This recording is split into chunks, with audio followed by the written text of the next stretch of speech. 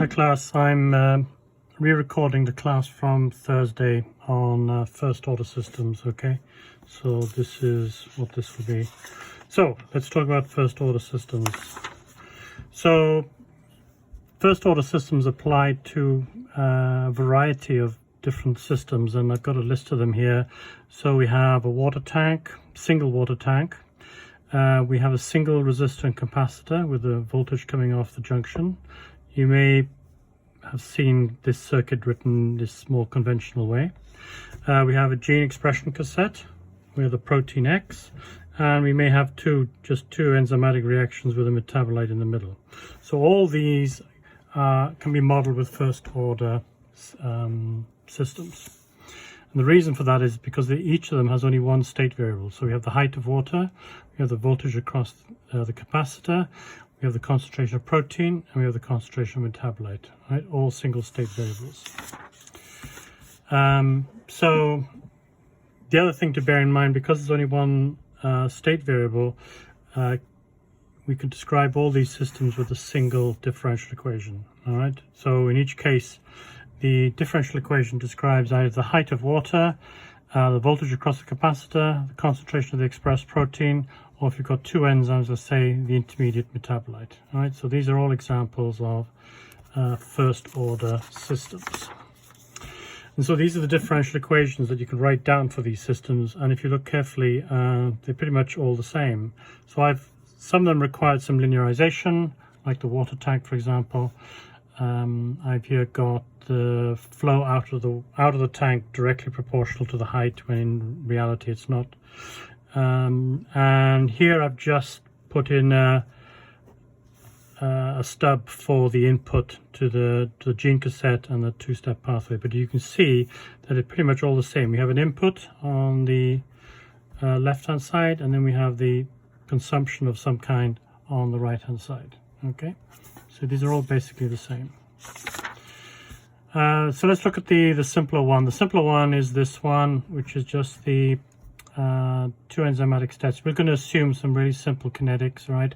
Mass action kinetics on each reaction, and x0 is going to be our input. All right, so we can write the differential equation. This is the differential equation, right? We've seen that before, and the x term here is essentially equivalent to a step input of size x0. That's what it's equivalent to. So if we take the Laplace transform on both sides, and of course we must assume zero initial conditions, we always do that, we get this. Okay, so the transform of dx by dt is just xs. The step input here on x0 gets this term here, x0 over s, and then this piece here just turns into k2 big X. We can rearrange this and we get this, oops, you can't see it, we get this relationship here, okay? So that's the Laplace transform of this differential equation. So I've got it up here again, I just listed here again, okay? Now, if we don't specify a particular input, we can replace this piece with Q.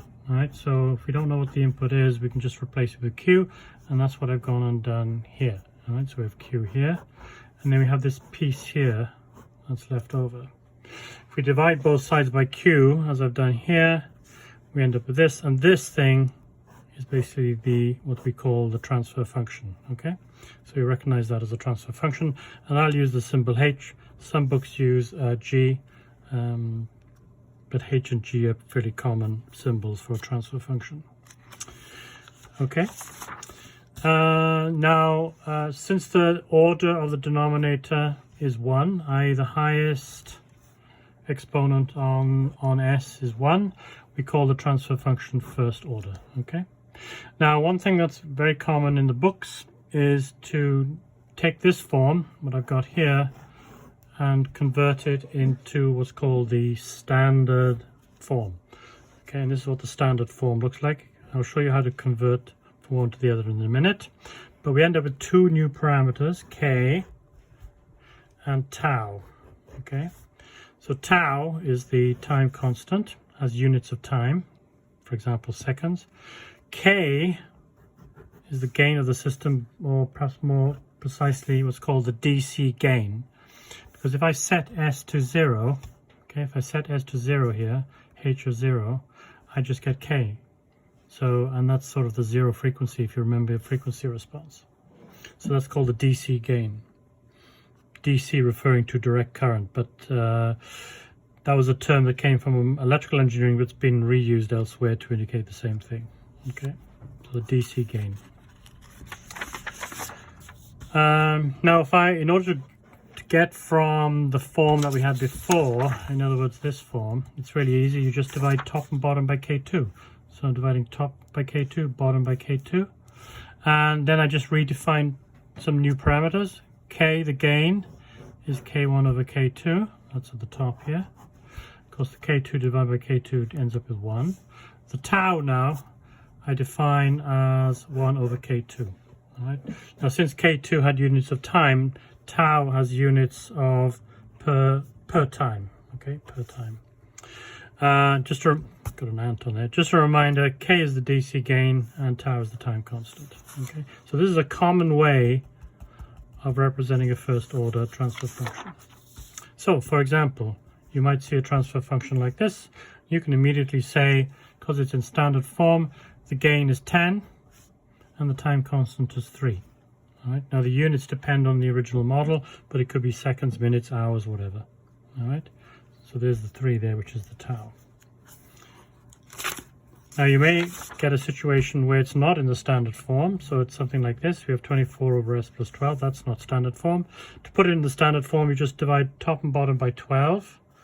Okay, top and bottom by 12, and now it's in the standard form, and immediately you can see the DC gain is 2, and the time constant is 1 over 2.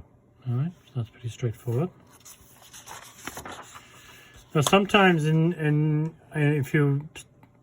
if you browse the internet or look at other textbooks, you'll sometimes see the first order system written as a block diagram like this. All right, so what they'll have is a transfer function in the middle here, which is 1 over s tau, and then they'll have a unit, what's called a unity negative feedback loop going back. We have the input on this side and the output on this side. And you'll see it expressed like this, and I'll show you why in a minute. One thing to bear in mind, whenever you see a 1 over s like that in a transfer function, you should be thinking integrator, because the Laplace transform of an integration is 1 over s. Okay, so we can therefore think of a first order system as an integrator with a feedback around it, but it's a unity feedback. Okay, just to show you why that's the case, if you remember way back weeks ago now, we derived this simple equation for feedback by looking at the block diagram. It was so the output was the input times the transfer function divided by 1 plus the transfer function times the strength of the feedback. If we apply this equation to this form here, K is 1, of course, H of s is 1 over s tau. Okay, so I can insert those in here.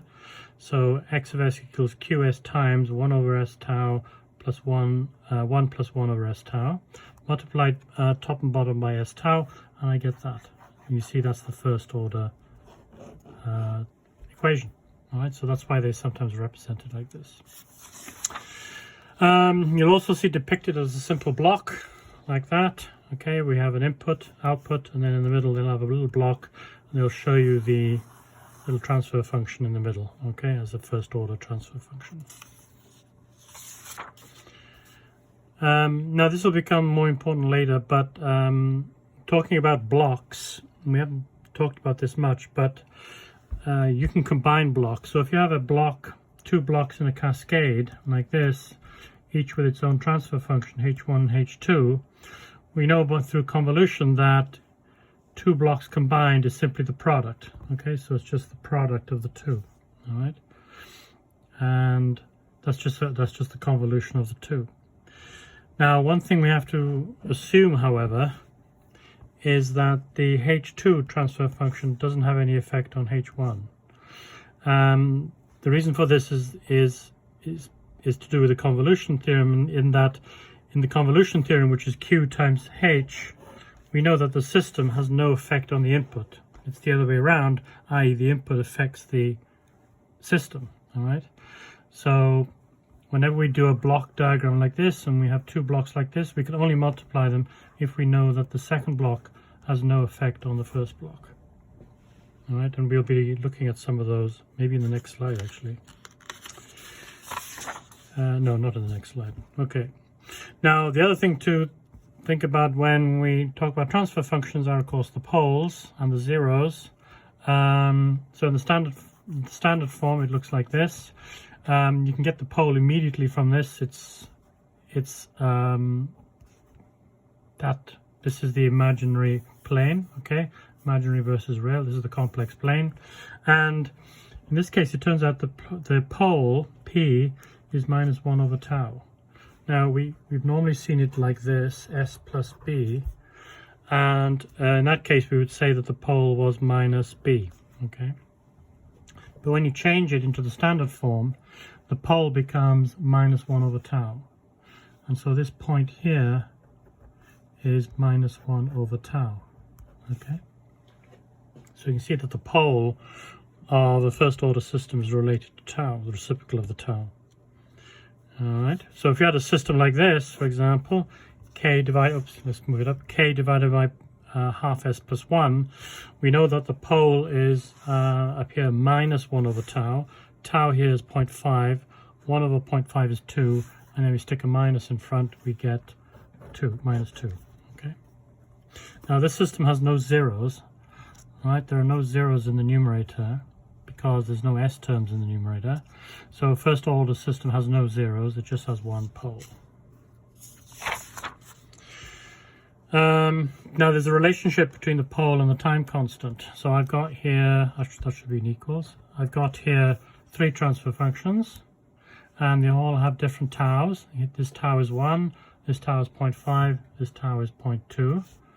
And because of this relationship with the pole, which is minus 1 over tau, the poles are inversely related to the time constant. So if the time constant is small, as in this one, 0.2, the pole is big. All right. So that means as the pole becomes more negative, the time constant gets smaller. What that means is the system responds faster. Okay. So remember that the tau, time constant, the units are per time, okay? So if tau is very small, then things are moving very quickly, okay? So if the pole is very negative, that means the tau is very small and therefore the system responds faster. You can also think of it, of course, as the pole, because the pole is the exponent in the exponential. And so if p gets very, very negative, I guess that should be plus, and so p is negative, this decays very quickly, and so it's much more responsive. Now, of course, once we have a first order system, we can start trying different inputs, right? This is Q. We can apply different inputs Q to the first order system, and here's some common ones: the impulse, the unit step, the ramp, parabolic, which we won't look at, and the sinusoid, which we have looked at, I think. We get this for free when we look at the frequency response, but these three we'll have a quick look at here. So in each case we need to know what QS is. So in the time domain the impulse is delta t, and so the transform is 1, the unit step is 1 over s, and the ramp, which is effectively just a line with, in this case, slope t, but of course it could be scaled by any value, but this is a sort of unit ramp. It's 1 over s squared. All right, so we can try now each of these. The easy one, of course, is the impulse, because that's just 1. So here we have the transform for the impulse is there. And if you take the reverse transform of this, you get this equation here. And you can see it's just an exponential. So this is a simple exponential that starts at k over tau with an exponential decay constant of 1 over tau. So if you were to do an impulse, so if I plotted time against s, you'd first see the impulse going up, and then it just starts to decay from there. And that point there is k over tau. Okay? All right? Okay. And of course the the smaller tau is, small tau means that this exponential decay is much faster. So this might be tau equals 1, tau equals 0.2 might be there, might be because it'll be much faster, so it decays faster. Okay. All right. We can also apply a unit step, so that's 1 over s. Okay. That's easy to do. We can look this up in our tables, and we get this form for the equation. I think we've seen this before. This one, if you look at this carefully, you realize this starts at 0 and then increases to a maximum of k. So if I plot time and x, so it starts at 0 and it just rises. Because of the exponential, the rise starts to level off, and then in fact reaches a plateau at infinite time, and it reaches a value of k. All right. Okay. The next. Oh yes. So okay. So let's look at this a little bit more carefully. Because the unit step, because the step response is so common, people have devised various metrics to sort of describe a unit step response. And this is the curve again I just drew. This is for the case when tau is 1. And what's interesting is, and of course the gain is 1 as well. We have a gain here of 1, k equals 1. What we have here is the slope, the immediate slope is 1 over tau. Okay. And of course there's a relationship to the half-life here, but at tau time, 1 tau time, the system has already reached 63.2% of its final value. Okay. So this is some information we can use to describe the response of a step response. Now there are two other responses.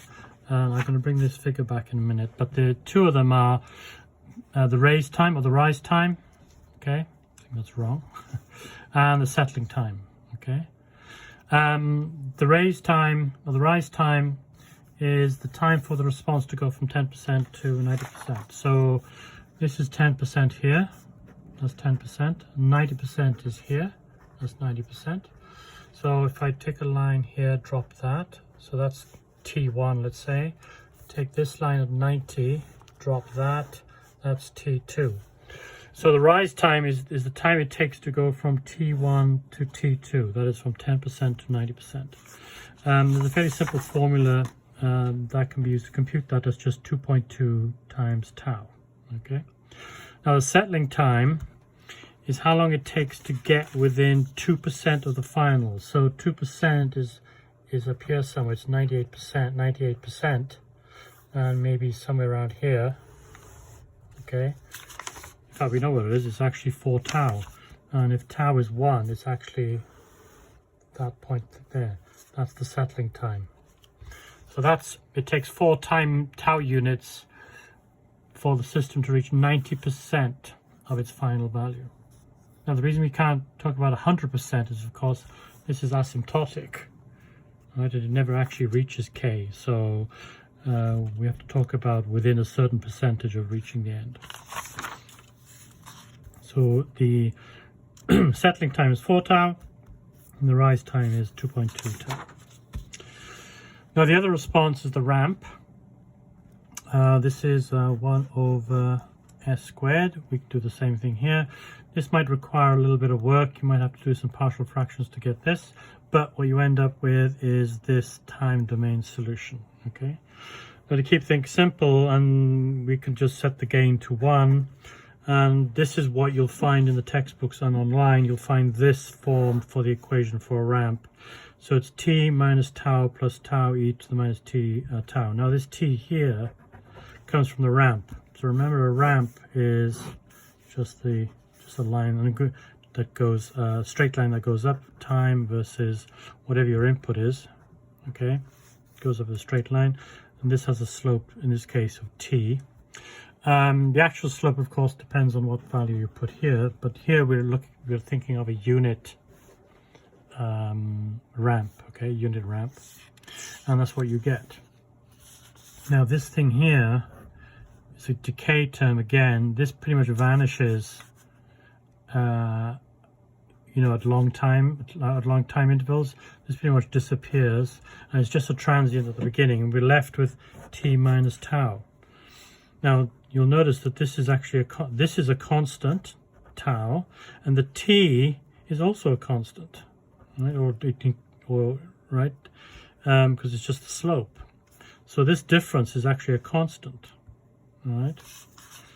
So if we think, let me just correct that. Hold on, that's not correct. We'll come back to this in a minute. But tau is definitely a constant, and t increases. Okay, so that means that this increases at a constant rate. That's what I'm after. So t, of course, changes. All right. Tau is fixed, though. That's a fixed constant for the system, and that means we have time minus a constant. So that basically means that x rises at a constant rate once this exponential has decayed. Oh, you can't see it.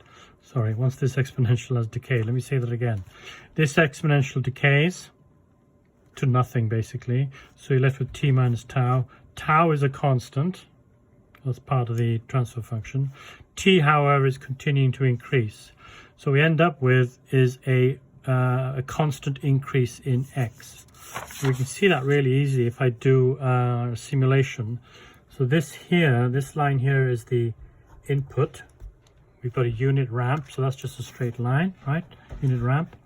Here we see a bit of a transient now for actually x. This is x of t. Bit of a transient, and then it's constant. And you notice that the distance between these is constant. In fact, the distance here is actually tau. Okay, we call this the steady state error. So the steady state error, what it's basically saying is that this system can never track exactly the input. It's always off a bit, and it's always off by a constant amount tau. We call this the steady state error. So it's the distance between the upper and the lower lines. So if the ramp is a unit ramp t, then the error is just t minus xt. And so we can compute the long-term error ESS, that's this bit from onwards probably, once the transient has settled out, by looking at t as it goes to infinity. And as it goes to infinity, we end up with this error. So this is the distance between the two lines is fixed. Okay. The other thing, of course, we need to concern ourselves is the frequency response. So this is the frequency response. I've got two here. One in terms of the form we computed in the past, and then this is the standard form. They're very closely related. Of course, we end up with tau here and the gain in the top. The phase looks much simpler. It's just tau omega. All right, so things look a bit simpler when you use the first order, the standard form. Now, one of the things that people talk about a lot in the amplitude plot for the Bode plot is the bandwidth.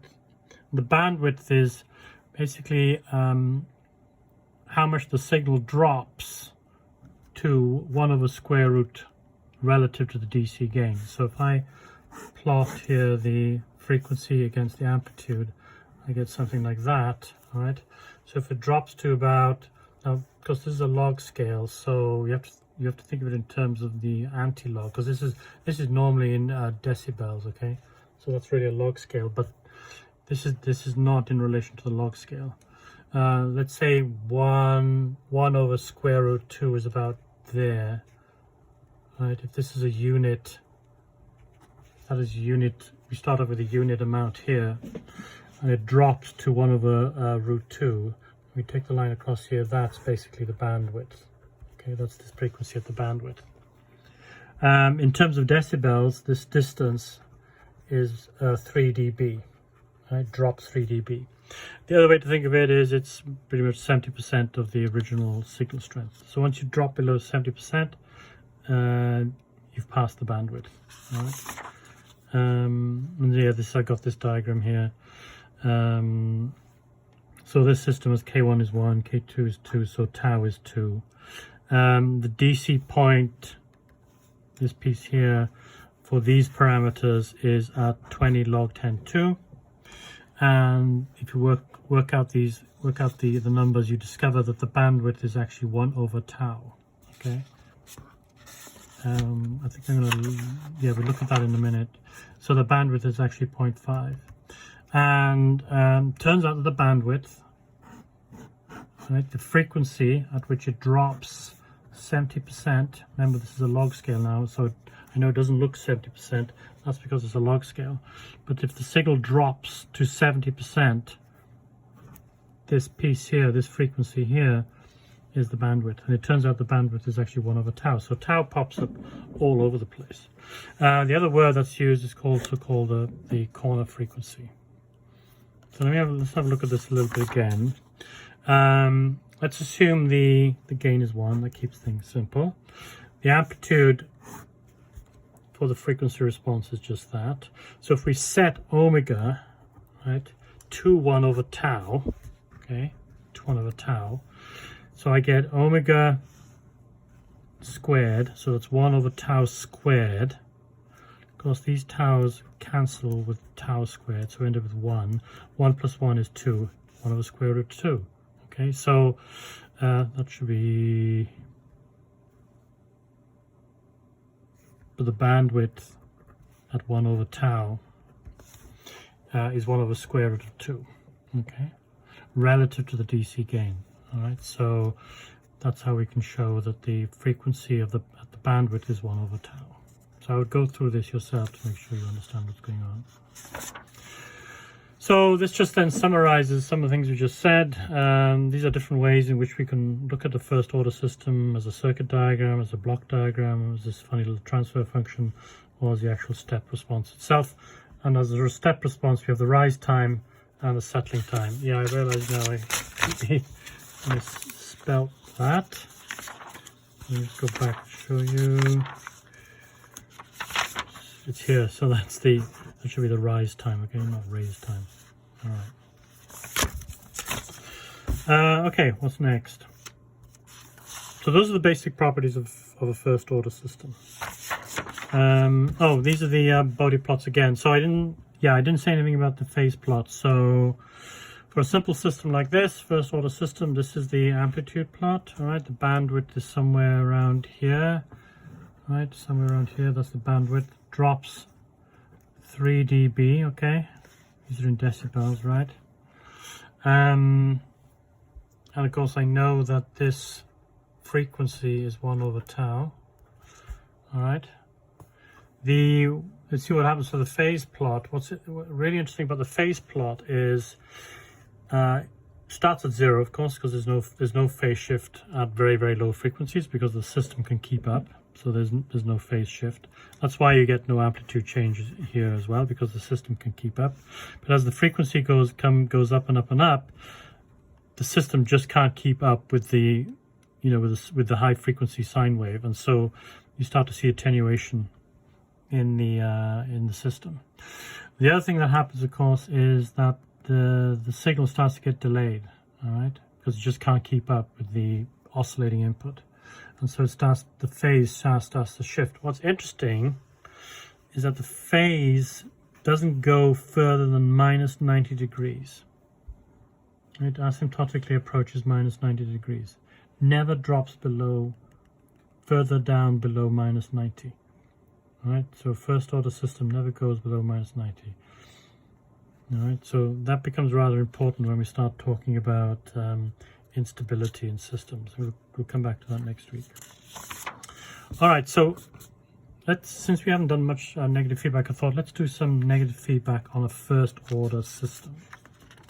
So how do we do that? So all we do is we take our first order system block.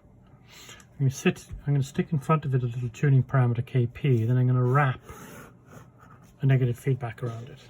Okay, and that negative feedback has a strength K. So remember this equation, right, for a basic feedback equation.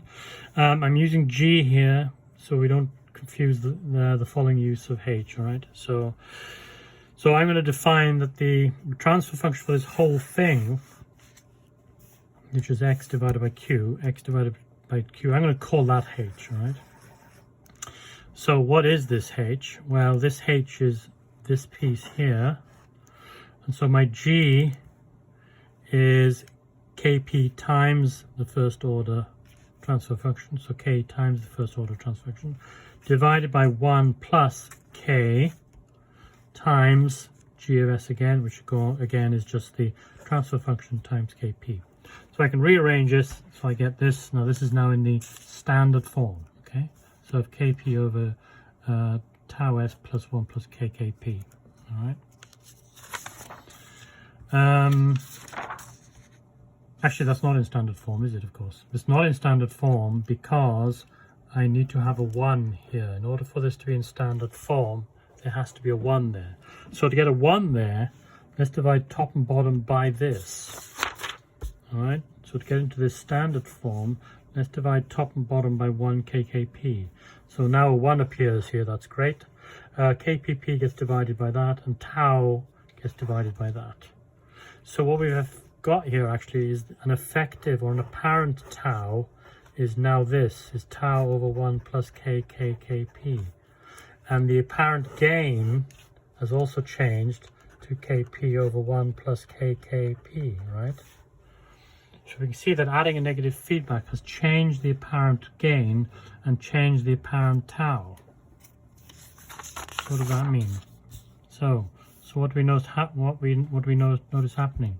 So without feedback, we've got the old tau, but with feedback, we see that tau gets divided by KKP. Now KKP is going to be positive, right? So the tuning parameter and the feedback we'll assume to be positive. That means this whole denominator is greater than 1, right? And since we're dividing tau by a number greater than 1, the apparent time constant drops. It's been reduced by a factor. And remember, when tau goes down, the system becomes more responsive. So that's great. So adding a negative feedback makes the system more responsive.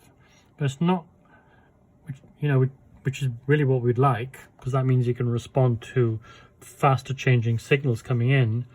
And you might think you're getting a free lunch here, but it's not quite a free lunch, because we also lose the DC gain. The apparent gain also drops by the same amount, okay? So it drops by a factor KPP. So we're losing some amplification. But, so long as the original gain, which is K, is large, we don't mind losing some gain. It's a win situation. And this is effectively what we do with op-amps. With an op-amp, a bare op-amp without negative feedback has a huge gain. So we then wrap a negative feedback around it. We lose quite a bit of that gain, but we don't care because it was so big in the first place. But we gain now a circuit that has much more responsive. Okay, it can respond to higher frequencies. Effectively, what we're doing, let me go back to the Bode plot. What we're effectively doing is we're dropping the gain. So instead of starting at say 40, it starts here. It goes out, doesn't drop then until there. So the bandwidth goes up. Okay. Now, if you're clever, you can also restore the gain by increasing the input signal, or even the intrinsic gain within the system itself, and you basically extend the Bode out like that. So you get this extra bit of bandwidth now, so you can start responding to, higher frequencies, go all the way up here instead of we were stuck down there. All right, so that's good.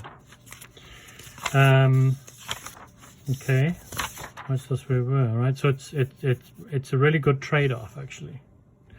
People use this all the time.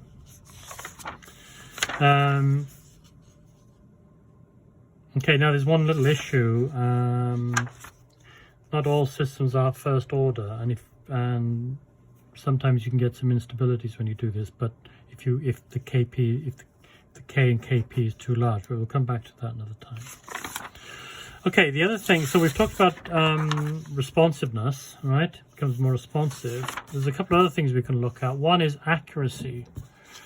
Now, by accuracy, I mean, so we have a feedback system inside here, okay? Little feedback system inside here, right? And we have the input coming in. we have the output coming out. What the feedback does for us, it lets us track Q, right? So if it's a really good feedback system, if you plotted X against S, and this I guess would be in the time domain, but if you plotted the two, we should get a straight line where they exactly match. Okay, so in other words, as we change Q, X follows very closely. Now, the question is how closely? And this is where we talk about accuracy. How accurate is it? So we'll define accuracy as the difference between the set point, i.e. our input, and the output. So the closer those two are, the more accurate it is. Now to keep things simple, we'll set the feedback strength here to 1, okay? We'll keep it at 1, so K is 1. That means we can do a direct comparison because this little error, this piece, that's really what we're looking at. That error is actually XS minus what's coming in, Q of S, okay? And that's what I've got here. So the error, or the accuracy, we will define as the difference between Q and X, okay? Now, so remember before we worked out what the transfer function was for this. Remember K is 1, so that K doesn't appear here. It was this, right? That was that. But we also know that the output is just the transfer function times Q. So the output is just a transfer function, which is this thing, times Q. Okay? So if that's the case, I know that this X here is Q times H. All right, so I'm going to replace this X of S with Q times H. And that's what I do in the next page. So I'm going to then replace that X. So this was X. I replaced it with Q times S, Q times H. And pull out the S, all right? And let's say for the sake of argument, we'll assume a unit step for Q. So the unit step becomes that. The H becomes that. Remember the H came from here, right, which we worked out before. So this is my error.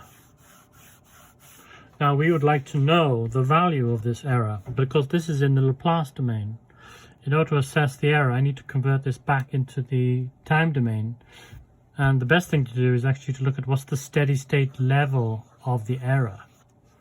Now we know now, from a previous class we talked a little bit about the final value theorem that lets you compute the steady state using this theorem. And the theorem just says you take the transfer function, whatever it is, f of s, multiply by s, and then in the limit take s to 0. So that's what we'll do. We'll take this e of s, this whole thing, okay, and we'll do that, and then we'll multiply by s, and then take s to 0. Now, the advantage of doing a unit step is that these s's cancel. And so we're left with just this piece. And as you take s to 0, of course that disappears. We end up with this. I can rearrange it and I get this. Okay? So in other words, as we increase Kp, the error falls. Okay, now if I took Kp to infinity, which I can't in reality, but if I did, this whole thing goes to 0. In other words, the error goes to 0. So if I were to really ramp up the feedback, I could make this system track the input as much as I wanted. All right. So this is that's the equation here again, right? So as Kp goes up, the error gets smaller and smaller and smaller. All right. However, it's impossible to do this because it would require an infinite value of Kp. So this will get you so far, but not all the way. If you want to reduce the error to nothing, this won't do it, but it'll take you some way. And so you need a more sophisticated mechanism to reduce the error to 0. The other problem is, as you increase Kp, and the system actually isn't first order, you can start to destabilize the entire system. It'll start to oscillate wildly. We'll come back to that when we look at second order systems. Okay, so that's the accuracy argument. The other thing is sensitivity. And that is, when you build your I got it here. Let me go back to the circuit. Here we go. So when we build this feedback system, there's going to be variability in the transfer function itself. So if this is an op-amp, for example, there's going to be some variability in the op-amps we use. And there's going to be some variability in the feedback we use, probably. So this variability is probably going to affect how this system performs, all right? And that's what this sensitivity is about, all right? So let's keep things simple. Let's just focus on a generic feedback transfer function, so this one, because we can always plop in real ones afterwards if we want. So let's look at the situation where there's no feedback at all. So when there's no feedback, basically k is 0. And with k 0, we just end up with h equals g of s, right? So that's now going to be our reference state, right? No feedback at all. So how can we look at the sensitivity? A good one to look at is what's called the relative sensitivity, or the logarithmic sensitivity. It's basically the derivative dh by g scaled. The nice thing about this is we end up with relative changes, and so it's roughly equal to the percentage change of the transfer function with respect to the change in the thing we're investigating. So for example, let's go back to this diagram again. Here it is. If we go back to this diagram again, if I were to change this, how does it affect, the relationship between the input and output? Or if I were to change k, how does that affect the input output? All right, so in this case, we're changing the actual transfer function itself, g. Now, since this is the reference state with no negative feedback at all, we just said that h of s, the transfer function, is the little box in the middle. If I differentiate that and then scale it, I get 1. So this is the reference sensitivity. So in other words, a 1% change in g gives me 1% change in h. So that's relatively sensitive, right? So in other words, also, so the other way to think of it is if I doubled g, I would double h. So basically h just follows g. There's no resistance to variability in g at all right? So if g is some kind of component you've bought from an electronics store, these components will vary, and of course as they vary, that'll be converted to variability in the output, which we don't want. Okay, so that's no good.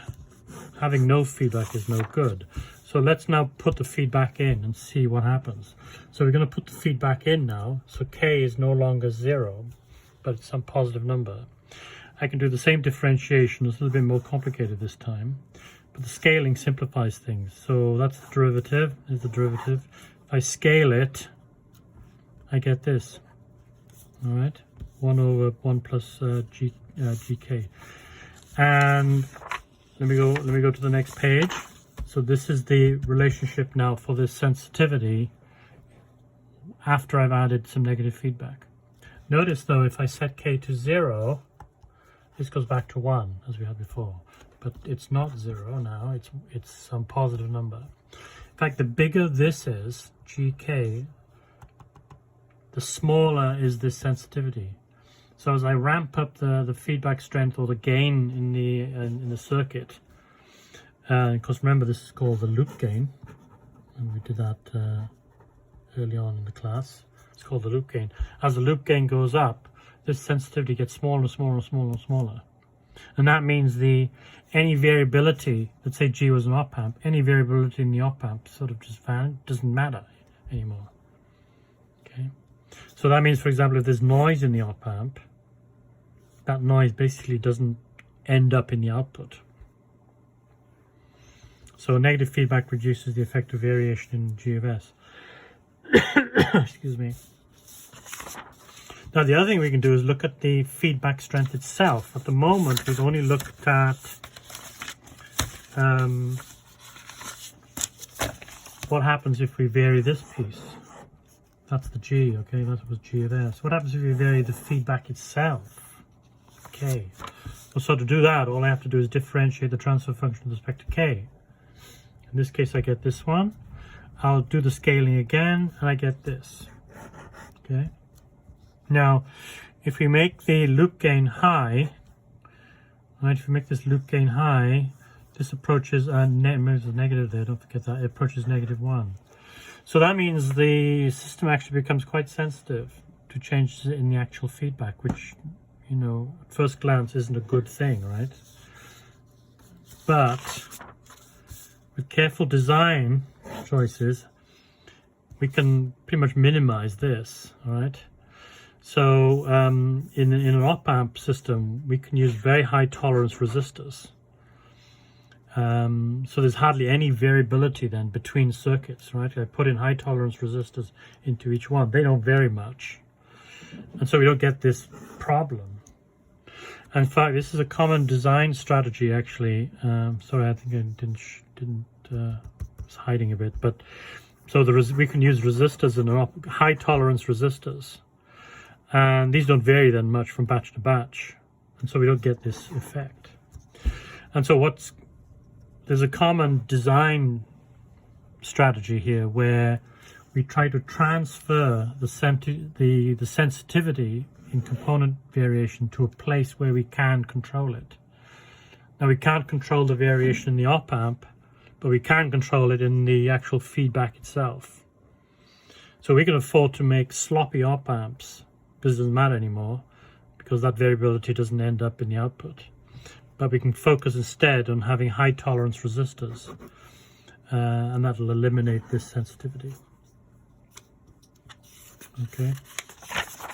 All right, so we've come to the end here. So in summary, these are all the goodies we get when we add negative feedback. We get, well, some may not be goodies. We get a reduction in gain, which may or not be a good thing. But if it's an op-amp, it doesn't matter because the original gain is so high. There is some improvement in stability because the poles get more and more negative. If you remember, the transfer function with negative feedback was, so we had 1 plus KKP, so the apparent gain dropped over tau over 1 plus KKP, so the apparent time constant dropped plus 1, okay?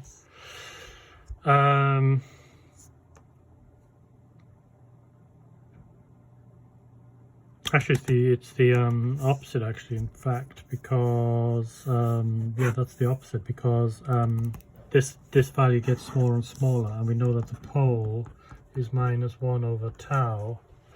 No, that's fine. Yeah, no, that's good. No, that's okay. So remember, the pole for a first order system is -1 over tau. So tau here, the apparent tau gets smaller and smaller and smaller. So this gets bigger and bigger and bigger. So basically, in the pole diagram, the complex plane, the pole basically moves further to the left. All right, so that basically makes it more stable. You're moving away from, you know, this dangerous zone here, where the pole is positive, which is the unstable area. Okay, we're moving away from there, moving to the more stable bit. The other thing that happens, we get reduced effect of varying the system, G, right? Remember that was this G here. So variation in G doesn't matter. The error between the set point and the output is reduced. That's nice. Although there's always an offset, right? Always an offset.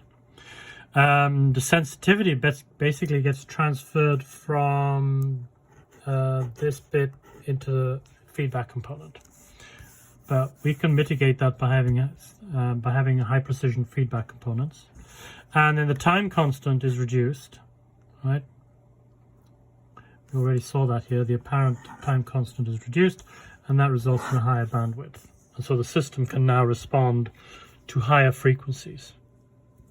Okay, so I think that's it. Yeah, that's it. Okay, I'll upload this.